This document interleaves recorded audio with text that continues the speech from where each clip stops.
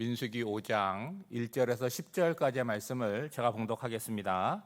여호와께서 모세에게 말씀하여 이르시되 이스라엘 자손에게 명령하여 모든 나병 환자와 유출증이 있는 자와 죽음으로 부정하게 된 자를 다 진영 밖으로 내보내되 남녀를 막론하고 다 진영 밖으로 내보내어 그들이 진영을 더럽히게 하지 말라. 내가 그 진영 가운데 거하느니라 하시매 이스라엘 자손이 그같이 행하여 그들을 진영 밖으로 내보냈으니 곧 여호와께서 모세에게 이르신 대로 이스라엘 자손이 행하였더라. 여호와께서 모세에게 말씀하여 이르시되 이스라엘 자손에게 이르라. 남자나 여자나 사람들이 범하는 죄를 범하여 여호와께 거역함으로 죄를 지으면 그 지은 죄를 자복하고 그 죄값을 온전히 갚되 5분의 1을 더하여 그가 죄를 지었던 그 사람에게 돌려줄 것이요 만일 죄값을 받을 만한 친척이 없으면 그 죄값을 여호와께 드려 제사장에게로 돌릴 것이니 이는 그를 위하여 속죄할 속죄의 순양과 함께 돌릴 것이니라. 이스라엘 자손이 거제로 제사장에게 가져오는 모든 성물은 그의 것이 될 것이라. 각 사람이 구별한 물건은 그의 것이 되나니 누구든지 제사장에게 주는 것은 그의 것이 되느니라. 아멘.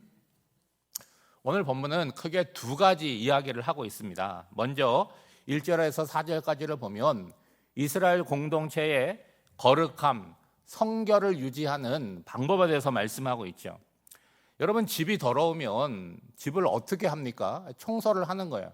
청소라고 하는 거는 깨끗하게 만드는 것인데 깨끗하게 만드는 방법은 뭐예요? 지저분한 것, 더러운 것을 쓸고 닦음으로 깨끗하게 되는 거죠.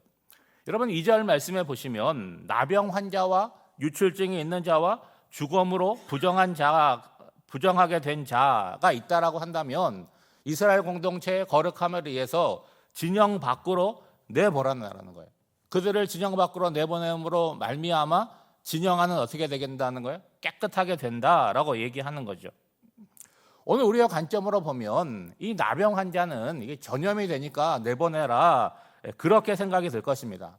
물론 육체의 전염에 관한 문제도 있겠지만 이걸 어떤 관점에서 보냐면 공동체의 거룩과 성결의 관점으로 생각해야 된다는 거예요. 성경이 말하고 있는 나병이라고 하는 것은 우리가 알고 있는 예전에는 문둥병이라 그랬고 요즘은 한센병이라 그랬는데 그것만을 이야기하는 것이 아닙니다. 이 나병에 관한 규례를 쭉 보면 우리 몸에 생기는 모든 피부병에 관한 이야기를 하는 거예요. 그러니까 쉽게 얘기하면 악성 피부병을 얘기하는 거죠. 그러니까 외적으로 피부에 문제가 생기는 것을 그 원인을 뭘로 보느냐? 내 속에 있는 사람 속에 있는 죄가 겉으로 피부병으로 드러난다. 그렇게 판단을 한 거죠. 그러니까 피부 질환이 다른 사람과 접촉해서 전염되는 것도 문제지만 이스라엘이라고 하는 그 공동체를 하나의 덩어리로 보게 될 때 이런 피부병, 이런 한센병, 이런 나병으로 말미암아 그 공동체의 거룩함과 성결함에 부정하게 된다라고 본 것입니다. 또 하나는 유출증인데 유출증이라고 하는 것은 남녀의 생식기에서 나오는 비정상적인 분비물을 이야기하는 거예요. 예를 들면 뭐겠습니까? 성적인 질병을 이야기하는 것이고 그리고 일반적인 어떤 월경보다도 이게 계속해서 출혈이 생기는 그런 문제를 이야기하는 거죠. 여러분, 남녀의 생식기라고 하는 것은 생명이 만들어지는 곳이잖아요. 거기에 부정하게 되는 것에 대해서 이거를 거룩의 문제로 본 거죠. 그리고 마지막 하나는 죽은 시체, 생명이 떠난 것을 만지게 되므로 그 사람이 부정하게 된다라고 간주를 한 거예요. 이렇게 부정함에 된 사람에 대해서 이스라엘 공동체가 취할 방법은 뭐예요? 함께 모여 사는 진영 밖으로 이게 내보내는 것을 이야기하는 거죠. 그 이유가 뭡니까? 오늘 말씀해 보면 진영 안에 누가 거하고 계시는 거예요? 하나님께서 거하고 계신다는 거예요. 그런데 그들로 말미암아 진영이 더럽혀지니까 그들을 내보내라고 얘기하는 거예요. 여러분, 공동체의 거룩함이라고 하는 거는 그 사람으로만 이루어지는 것이 아니잖아요. 그렇죠? 교회의 거룩함도 성령께서 이곳에 임재함으로써 거룩해지는 것인데 인간의 부정함이 그 거룩함에 문제를 일으킬 수 있고 부정하게 만들 수 있다는 이야기를 하는 거죠. 그러면 우리가 이 말씀을 보면 언뜻 보면 어떻게 느껴집니까? 공동체에 문제가 있거나 부정하게 된 사람을 어떻게 하는 거예요? 공동체에서 제외하고 배제하는 것으로 생각이 들 수가 있습니다. 그런데 오늘 본문은 이것만 나와 있지만 이거에 대한 자세한 규례와 규정은요, 레위기에 아주 길게 나오고 있습니다. 그런데 거기를 보면 공동체에서 쫓아내는 것으로 끝나는 것이 아니라는 거예요. 그러니까 배제와 추방이 아니라 부정함에 대해서 어떻게 하는 거예요? 격리해서 치료와 회복을 한 이후에 다시 공동체로 돌려보내는 절차가 있는 거예요. 레위기 13장부터 보면 이 나병은요, 사람의 몸에도 나오지만 뭐 집에도 나오고 물건에도 나오고 그런 거를 여러 얘기합니다. 그래서 15절까지 쭉 이어지는데 나병과 육체에 생긴 이런 질병을 공동체에서 이렇게 분리해서 뭐 하는 거예요? 치료하는 거예요. 그래서 제사장이 그 치료된 것을 확인하게 되면 하나님께 정결 제사를 드린 다음에 공동체에 복귀하는 규례가 따로 있어요. 오늘 본문이 이야기하는 또 한 가지는 뭐냐? 5절부터 보시면 죄를 짓게 되면 고백하고 배상하는 규례에 대해서 말씀하고 있습니다. 이 5절 이하에 나오는 죄는 일반적인 죄를 통칭하는 죄가 아닙니다. 사람과의 관계에서 누군가에게 물질적인 피해를 주는 그런 죄를 얘기하는 거예요. 뭐가 있겠습니까? 남의 물건 도둑질해 가는 거 있겠죠. 그리고 남에게 거짓말로 사기쳐가지고 이게 금전적인 피해를 입히는 경우를 이야기하는 거예요. 여러분, 이러한 죄뿐만 아니라 모든 죄는 우선적으로 누구를 거역한 거예요? 하나님의 말씀은 거역한 죄로 간주를 합니다. 그러므로 죄를 지은 자가 가장 먼저 해야 될 것은 뭐냐? 하나님 앞에 나아가서 제가 이런 죄를 지었습니다. 고백하고 회개하는 것이 먼저라는 거예요. 하나님께 고백하고 회개하는 것, 그것으로 죄에 대한 마무리가 되는 것이 아니라 자신의 지은 죄에 대해서 이제 시작이 되는 거예요. 그 다음에 뭐가 있느냐? 7절 말씀에 보면 그 지은 죄를 자복하고 그 죄값을 어떻게 하는 거예요? 온전히 갚되 5분의 1을 더하여 그가 죄를 지었던 그 사람에게 돌려줄 것이요. 뭐가 등장합니까? 죄값이 등장을 하는 거예요. 그러니까 누군가에게 물질적인 피해를 입힌 것에 대해서 하나님께 회개하고 이제 그 죄의 값을 배상을 해야 되는데 그 죄값을 어떻게 배상합니까? 그 원금만 배상하는 것이 아니라 거기다가 플러스 20%를 더해가지고 갚아야 된다는 거예요. 문득 이런 생각이 든 거예요. 누군가에게 피해를 입혔는데 이 피해액을 누가 계산하느냐? 예? 이 가해자가 생각하는 피해액과 피해를 당한 사람이 이게 입은 피해액이 같으면 상관이 없는데 이게 문제가 생길 수 있잖아요. 나는 요거밖에 안 훔쳐갔는데 저 사람은 더 많은 걸 잃어버렸다. 이런 문제가 생길 수 있을 때 누구 말에 귀를 기울여야 될까라고 할 때 피해를 당한 사람이 이 금액을 정해야 되지 않을까라는 생각을 해보았습니다. 그런데 그것으로 끝나지 않고 거기에 어떻게 하라는 거예요? 5분의 1인 20%를 더해주라는 거예요. 이게 무슨 얘기입니까? 피해를 보상하는데 그냥 눈 가리고 아웅하는 식이 아니라 적극적으로 보상해야 되고 실제적으로 보상을 해야 된다는 거예요. 왜요? 그래야지 다시 그런 일을 하지 못할 그런 마음을 먹게 된다는 거죠. 좀 나온 지 오래된 영화인데 이창동 감독의 밀양이라는 영화를 혹시 보셨습니까? 거기에 보면 주인공이 남편을 잃고 남편의 고향에 내려와서 어린 아들과 생활을 하는 거예요. 근데 뭐 다 내용을 줄이고 그 아들이 다니는 학원 원장에게 유괴를 당해가지고 죽게 됩니다. 남편을 잃고 아들을 잃었으니까 여러분 어떻게 살겠습니까? 살 수가 없는데 그런 마음이 무너지는 가운데 기독교 신앙을 받아들이게 되는 거예요. 그래서 성령의 은혜인지 이렇게 마음이 회복되어서 살면서 문득 어떤 마음을 갖냐면 내가 갖고 있는 기독교 신앙이 나한테 뭘 요구하는 거예요? 피해 입은 것에 대해서 가해자에 대해서 용서하라는 마음을 갖게 된 거예요. 그래서 정말 큰 마음을 먹고 교도소에 있는 그 유괴범, 가해자, 자기 아들을 죽인 사람을 찾아갑니다. 용서해 주려고. 하는데 그 사람 얼굴이 너무 좋은 거예요. 그리고 용서를 하려고 찾아왔다고 얘기를 하니까 뭐라고 얘기하는 거예요? 내가 감옥에서 예수를 믿고 이미 그분에게 용서를 받았다는 거예요. 여기서 이 피해자가 무너지는 거예요. 아니 내가 피해를 입고 내가 아직 용서를 안 했는데 하나님이 어떻게 먼저 용서를 할 수 있느냐. 그러면서 어떤 반응을 보이냐면 하나님께 반항하는 거예요. 이제. 그러니까 이 영화는 우리에게 많은 것들을 생각하고 고민하게 만드는 거죠. 여러분 기독교 신앙이 가해자에게는 뭐가 된 거예요?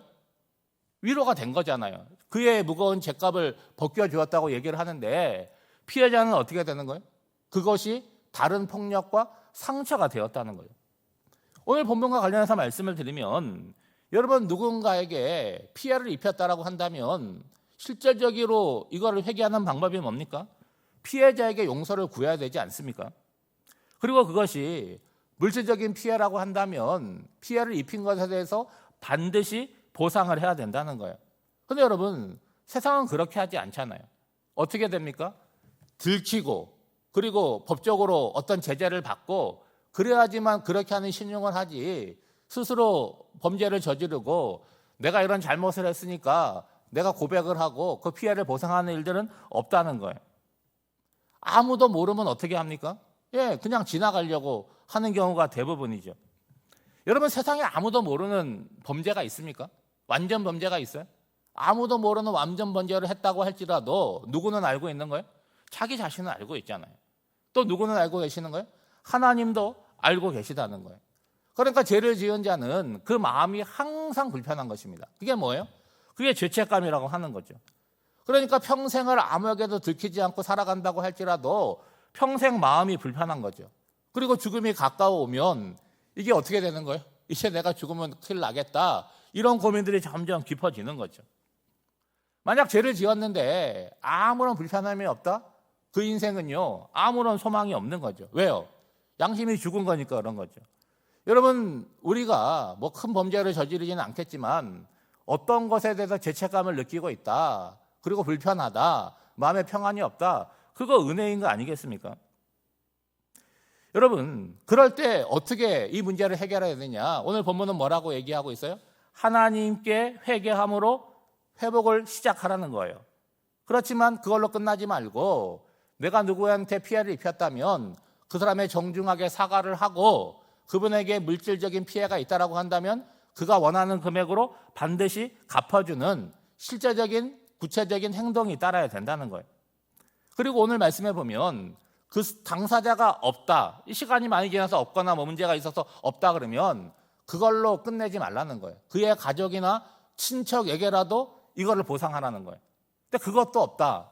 아무도 보상을 받을 만한 사람이 없다. 그러면 하나님께 그 피해를 갚아서라도 해결하라는 거예요.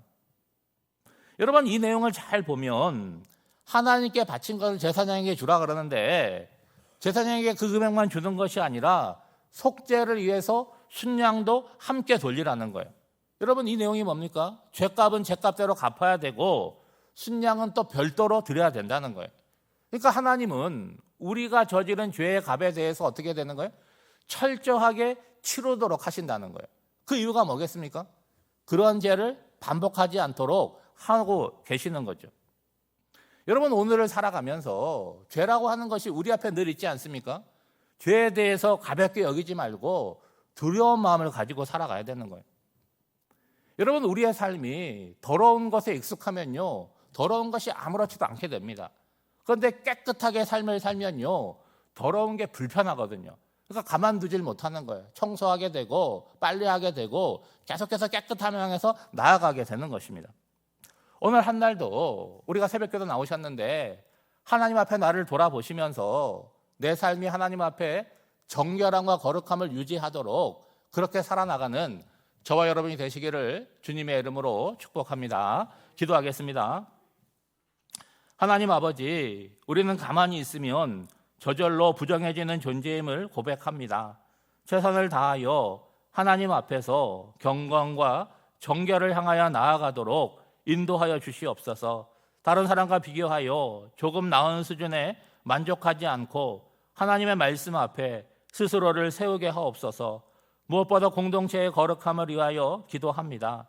저마다 다른 생각, 주장을 갖고 있지만 하나님의 말씀 앞에 올바르게 변화되게 하옵소서. 그리하여 성령의 임재가 있는 거룩하고 아름다운 공동체로 날마다 세워지게 하옵소서. 나라와 민족을 위하여 기도합니다. 그 어느 때보다도 큰 위기를 맞이하여 싸우니 우리를 건져주시고 정의와 공의의 길로 인도하여 주시옵소서. 책임을 맡은 자들이 올바르게 자기 역할을 감당하게 하여 주사 어려움이 지나가고 회복의 날을 속히 맞이하게 하옵소서. 오늘도 이 새벽에 깊은 잠에서 깨어나 생명과 호흡을 주신 하나님 앞에 나와 하루를 시작합니다. 주신 말씀을 기억하며 기도할 때에 성령의 임재가 각 사람에게 있게 하사 주님과 깊은 교제 가운데로 나아가게 하여 주시옵소서. 사랑하는 성도들, 오늘 한날의 삶을 살아갈 때도 목자 되신 예수 그리스도와 동행하는 날이 되기를 간절히 바라옵고나오며 이 모든 간구를 예수님의 이름으로 기도하옵나이다. 아멘.